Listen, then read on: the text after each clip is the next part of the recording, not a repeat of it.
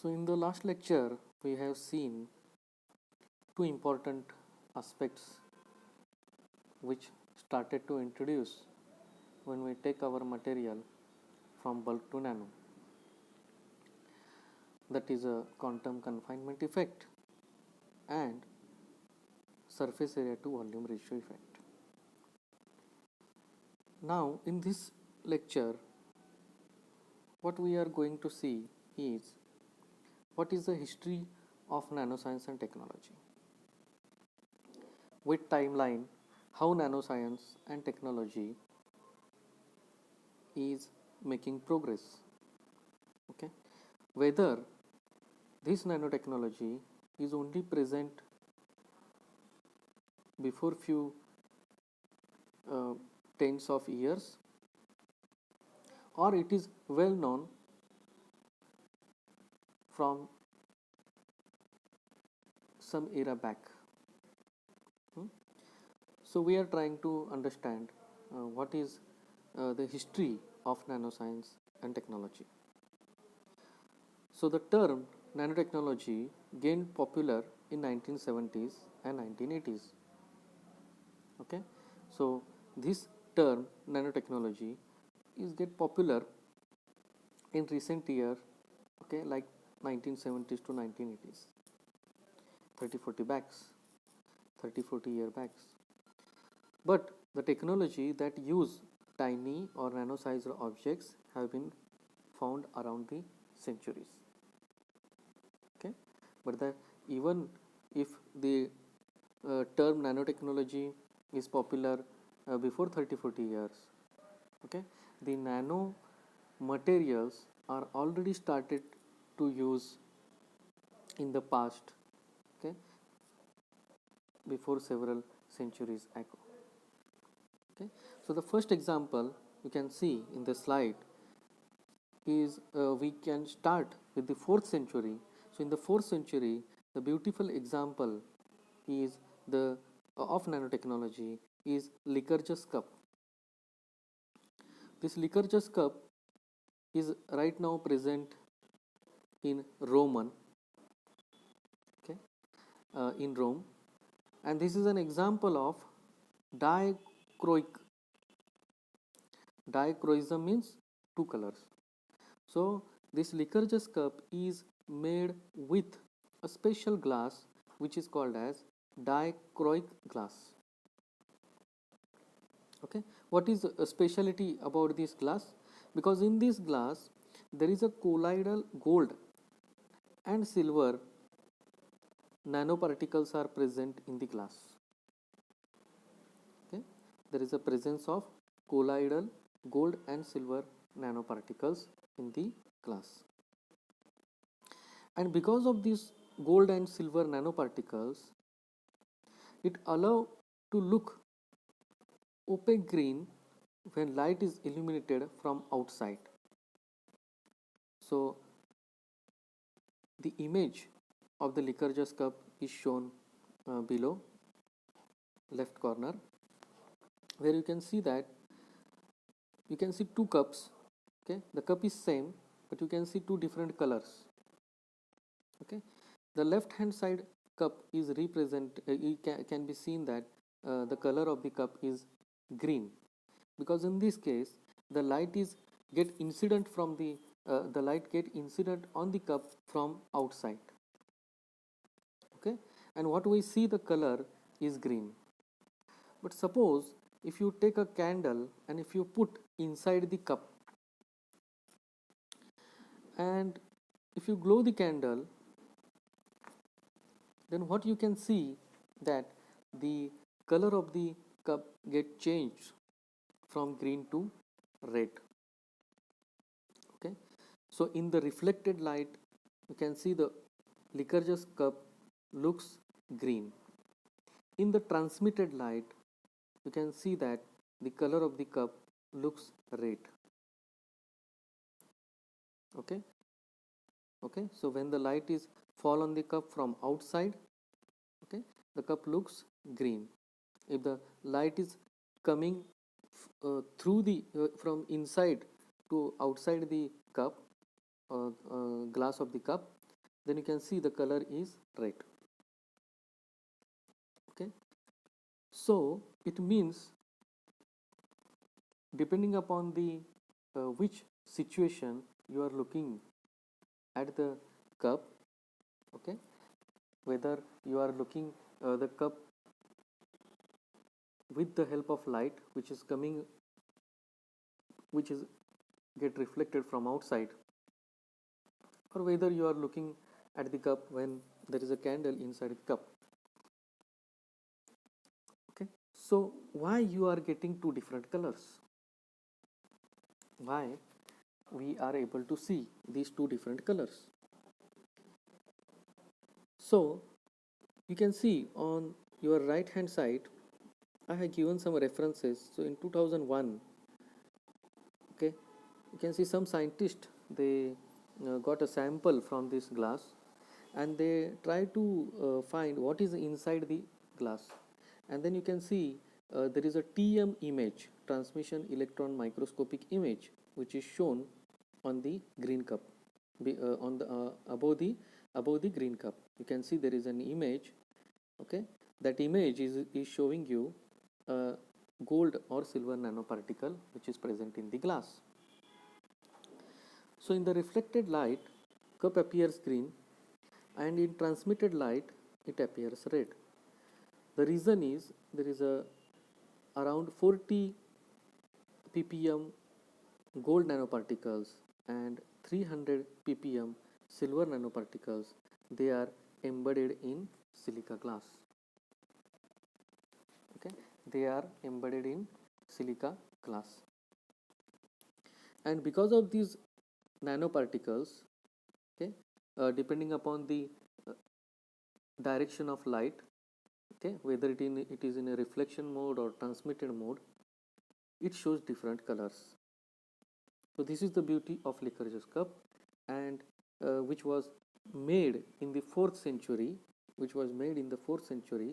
but now we realize that this is the reason behind these two different colors is nothing but nanotechnology.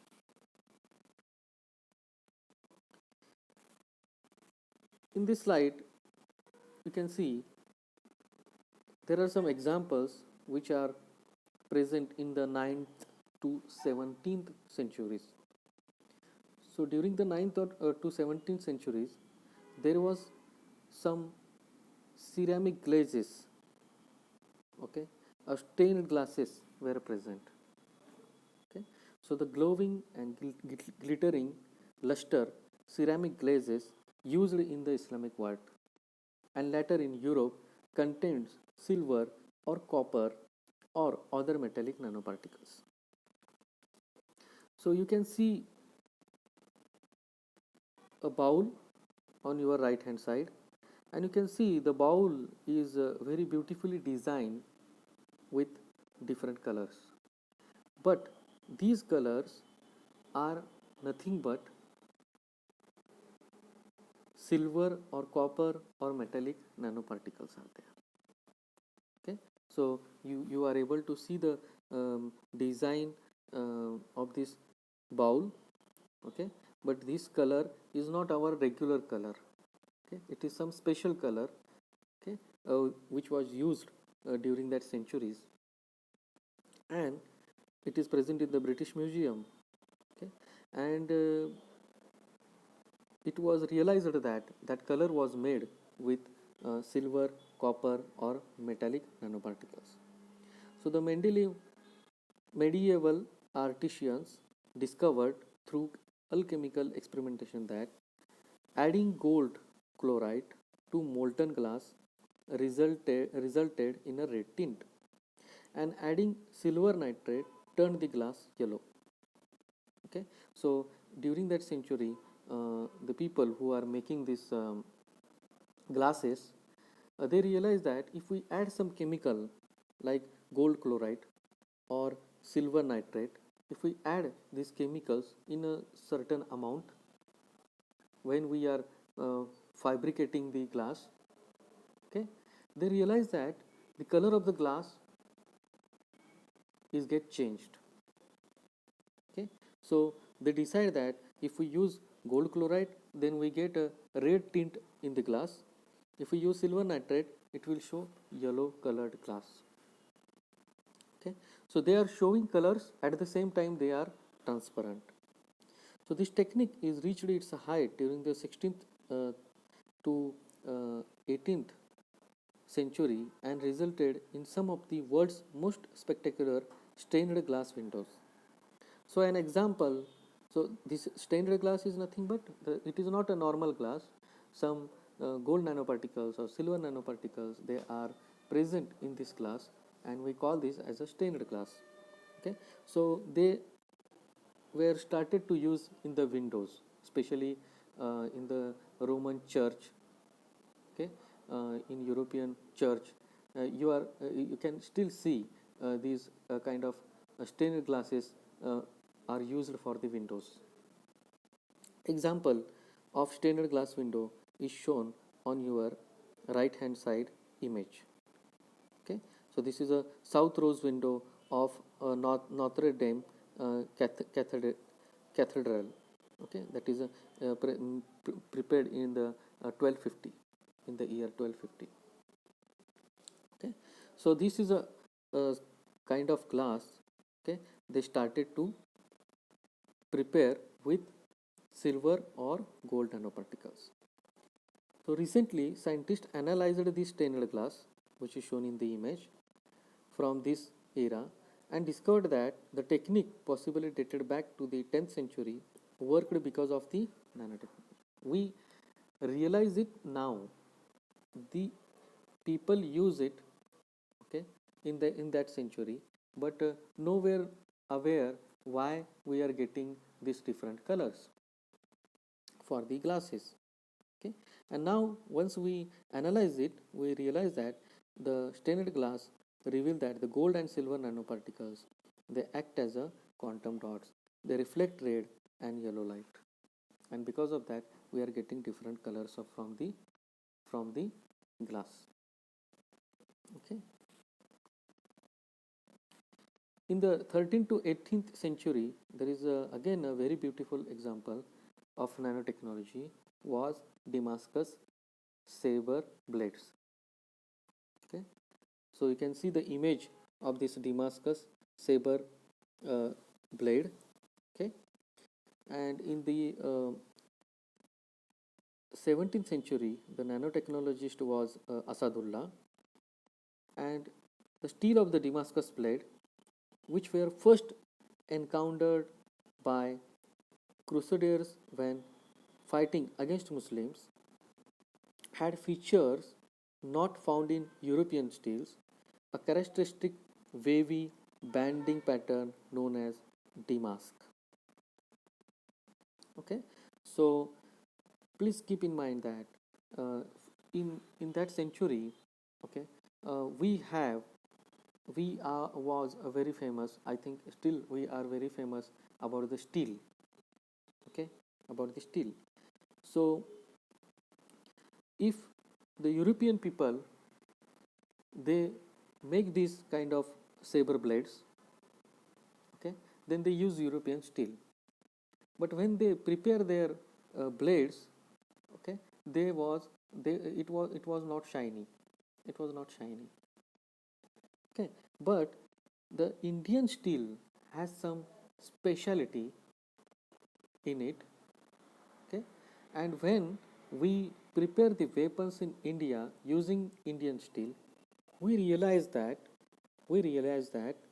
the blades which are prepared with the Indian steel, it has a shiny pattern on its surface. Okay, so the saber Damascus blade which you are looking in the image was used by Tipu Sultan. Okay, by Tipu Sultan, and you can see that there is an extraordinary mechanical properties and exceptional sharp cutting edge. These are the properties of this saber blade. Okay, so its mechanical properties are different than a normal saber blade. So we are talking about a special saber blade which is called as a Damascus, because it is a shiny pattern is present on the surface of these blades. And because of that, it has an exceptional sharp cutting edge. Okay, so its strength is very high, it is a light in weight, at the same time it cut immediately the object into pieces. Okay, so the exact process for producing these highly prized blade remain a closely guarded trade secret. It was not known how to make these kind of Damascus blades, because the teacher who make this who make these blades with their hands, okay, they just transfer their knowledge to their apprentice. Okay, they keep it a secret, they don't want to make it general, because these kind of saber blades are used for weapons, and if we have special kind of weapons which are light in weight, which have a very high strength, which have a very sharp cutting edge, then we can they can get a good amount of money to make such kind of plates. Okay, so with that intention they keep it sacred, and right now we have an example of Damascus saber blade uh, from the 13th to 18th century. So some scientists in recently in 2000, once they realized what is a nanoscience, what is a nanotechnology, and they started to understand why what is a speciality of this Damascus blade, why it has a different mechanical properties, why it is um, why it is a very sharp edge, and why there is a shiny surface. So when they try to find the reason behind it, they use a small portion of this blade, okay, which is very thin, okay, very small piece, thin piece of this saber blade they use, and they see under the transmission electron microscopy. So you can see these images on your right hand side. Okay, so this is a figure which is a representing high resolution transmission electron microscopic images of carbon nanotubes in a genuine Damascus saber after dissolution in hydrochloric acid. Okay, so they give some treatment to the sample, and they look under transmission electron microscope, and what they see is there is some kind of nanotubes, carbon nanotubes are present in this saber plate. Okay, so this is not a normal stainless steel, this is not a normal steel. So in Indian steel there is already some carbon nanotubes are present in the in the in the steel, and nobody knows about it, because we don't have that kind of tools to observe during that time. And now we realize that there is a presence of some kind of carbon nanotubes are there. So these group of scientists studied this everything, and they published in the journal Nature. I have given here the details, Nature volume 44, and it is published in 2006. Please note that the carbon nanotubes, that is nothing but the cylindrical arrangement of carbon atoms, okay, is a so when carbon atoms come together and they form a tube, okay, is called as carbon nanotube, and it was first time discovered in 1991. Okay, so after it's a discovery, so the scientists already know that there is a some kind of material which is called as a carbon nanotube. They become aware about it, and when they studied this Damascus blade, they see similar structure in the steel, and they realize that if we able to add some carbon nanotubes in the steel, then its mechanical properties drastically changes. Okay, so this is what already nano technology, nanomaterial was already present in the 13th to 18th century. So please note that in all these cases, what we have already discussed in the previous slides, so all these manufacturers were unaware that they were using what we now call nanotechnology.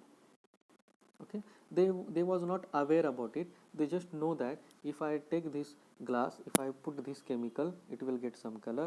If I take this kind of steel from this portion of region of India, and if I make the blades, and then its properties are much better. So they was not aware.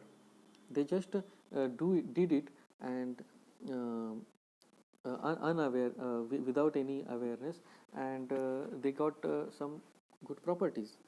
And the scientific principles behind these technologies, because they are not aware about nanotechnology, they are also don't know why we are getting different colors if we add this chemical, why this blade has a very sharp cutting edge and shiny surface. It was they don't understand it. Okay, and we also don't understand it, these technologies, but we understood once we get the tools, once we understand the what is nanoscience, what is nanotechnology, what is nanomaterial. When we understand everything, then we also got the knowledge about it. In 1857, okay, so Michael Faraday, he first time discovered colloidal ruby gold, with demonstrating that nanostructured gold under certain lighting conditions produces different colored solutions. Okay, so in the year 1857, what happens? The scientist whose name is Michael Faraday, he first time discovered colloidal ruby gold.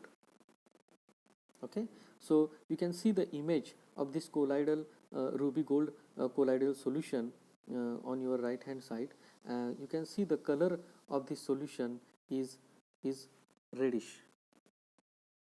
Okay, so this is very important turning point for nanotechnology, because first time this Michael Faraday have prepared these gold nanoparticles, and we all aware that the gold is yellow in color. Nobody was aware that when the gold we prepare the gold nanoparticles, it will have different color.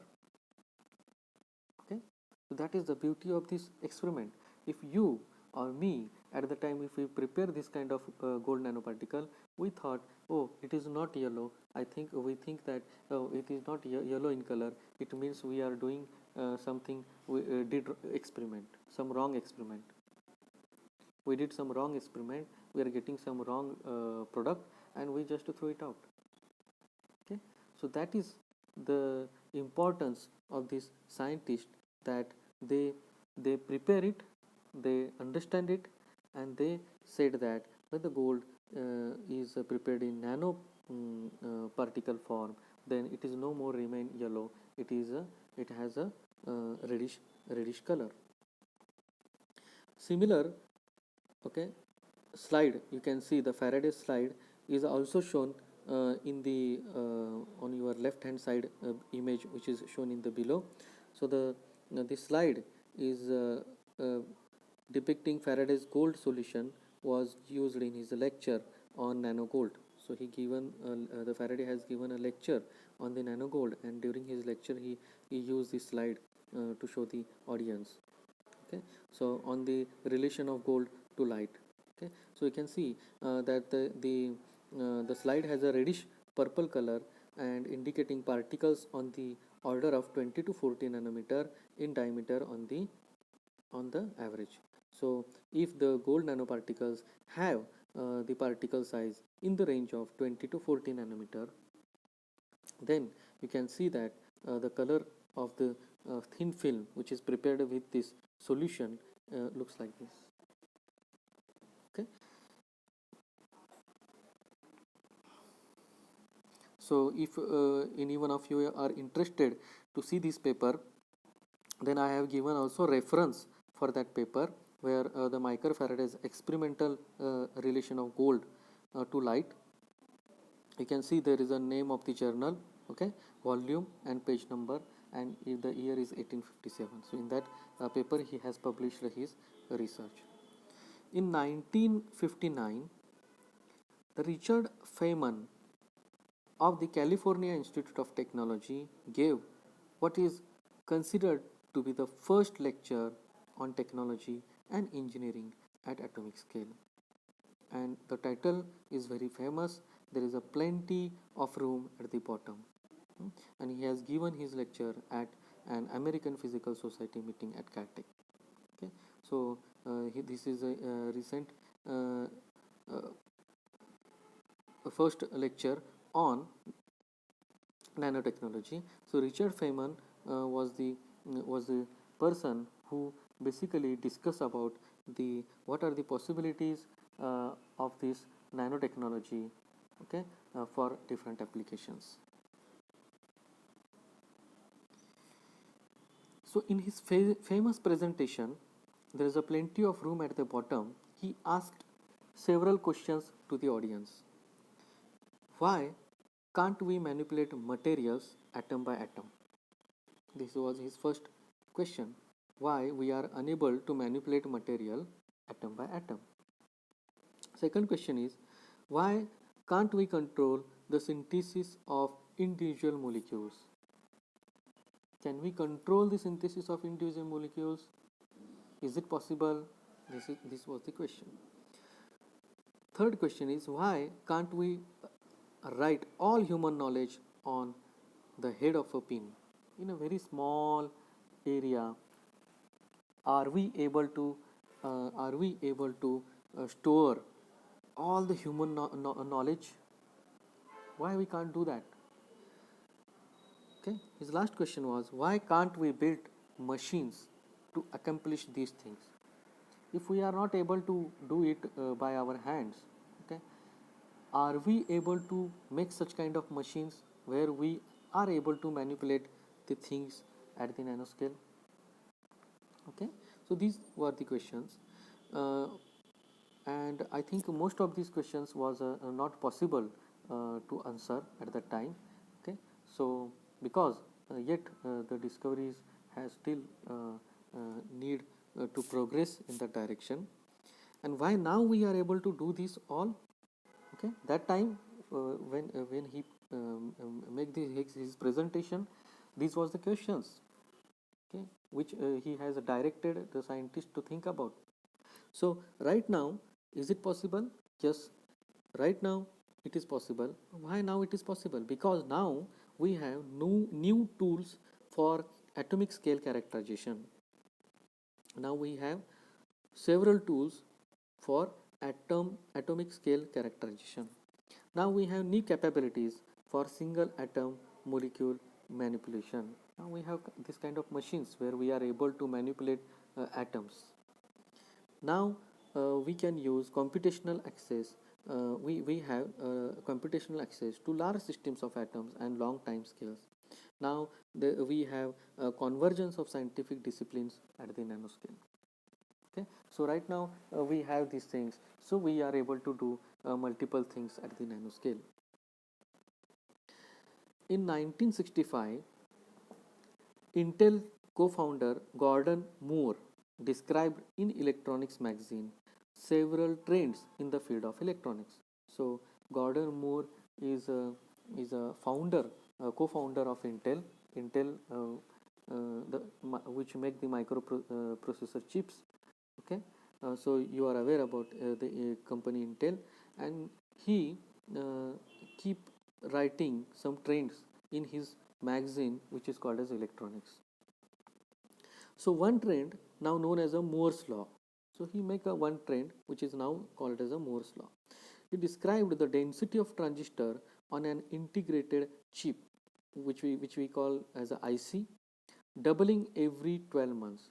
So he make an assumption that the density of transistor, okay, so that is nothing but the number of transistors, okay, which are present in a unique area, they started to become double after every 12 months.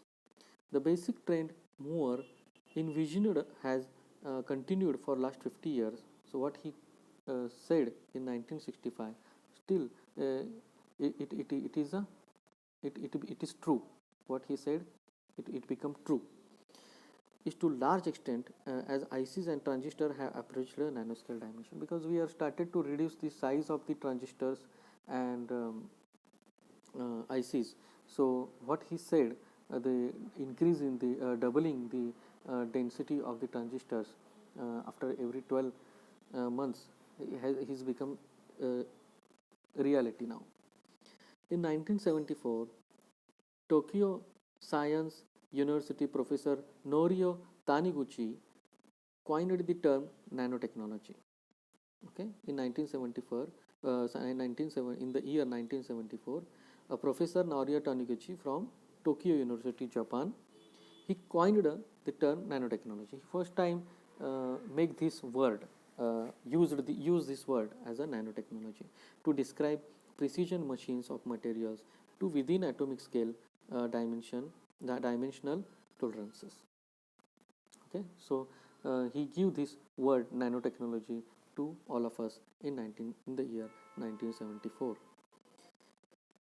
In 1981, okay, Gerd Binning and Heinrich Rohrer at IBM's Zurich, okay, this is in the Germany lab, invented the scanning tunneling microscope. Okay, so these two scientists, Binning and Rohrer, they invented the scanning tunneling microscope. It is allowing scientists to see individual atoms for the first time. So what is the power of this scanning tunneling microscope? With this type of scanning tunneling microscope, scientists are able to see individual atoms for the first time. Okay, so that it means it is possible to create direct spatial images of individual atoms.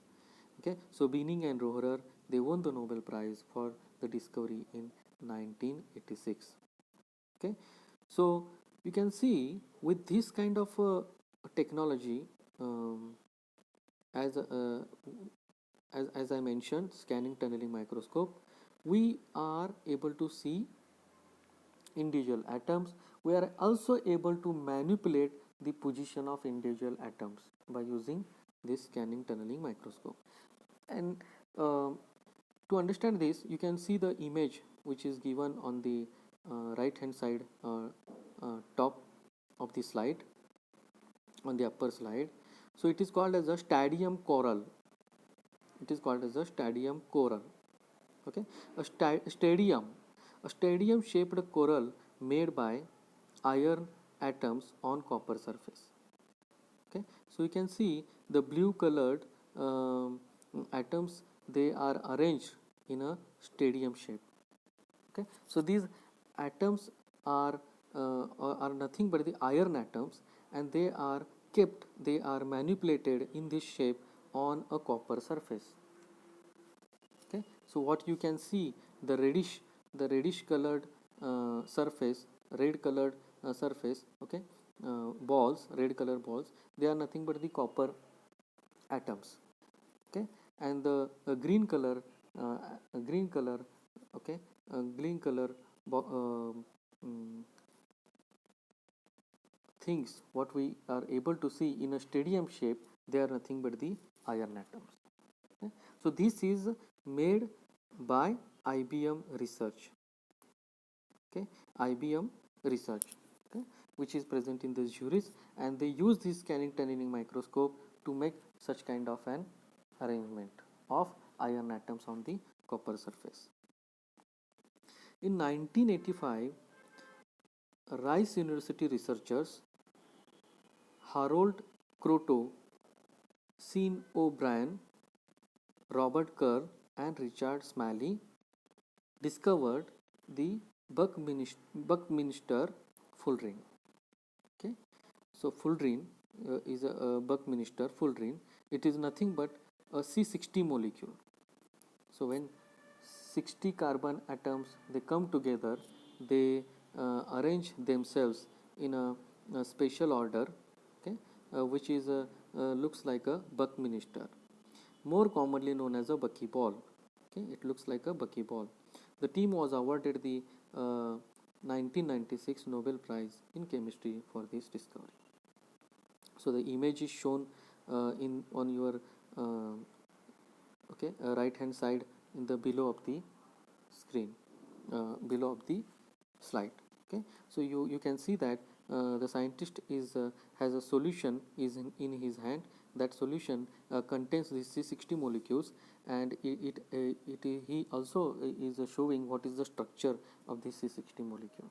So this is also a very big turning point for nanotechnology. So they get the Nobel Prize in chemistry for that. In 1991, Sumio Ijima discovered the carbon nanotubes. I already discussed it during the Damascus saber blade. So as you need to keep in mind that in 1991, the scientist from Japan, Sumio Ijima, first time discovered this carbon nanotube, CNT. And after 1999 to right now, there are large number of consumer products.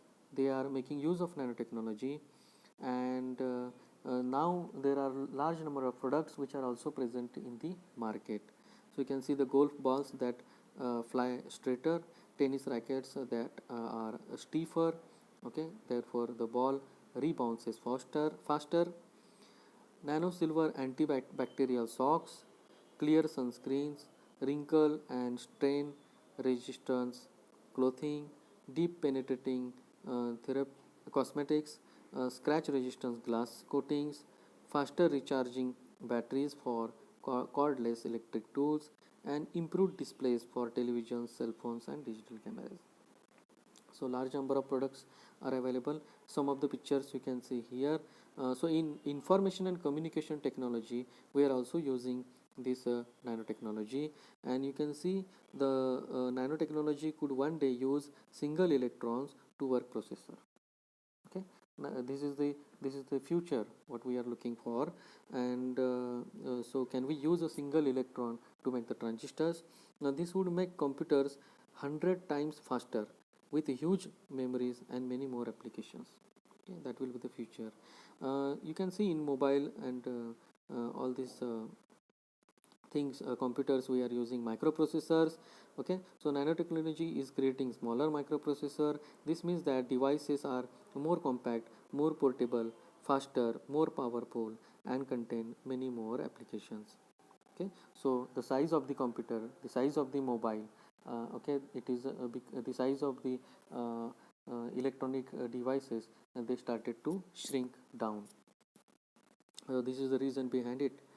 So nano sized ID tags could in the future be attached to everything we buy, giving information about what and where we consume. In theory, this could cut down on waste and theft. Okay, so nobody can waste it or nobody can theft it, because you have a nano size tag on it, and anytime you can found who purchased this, and this is the property of which person. But it also causes also raise concerns about the individual privacy. Okay, so here, as I mentioned, some of the examples they are shown in pictures.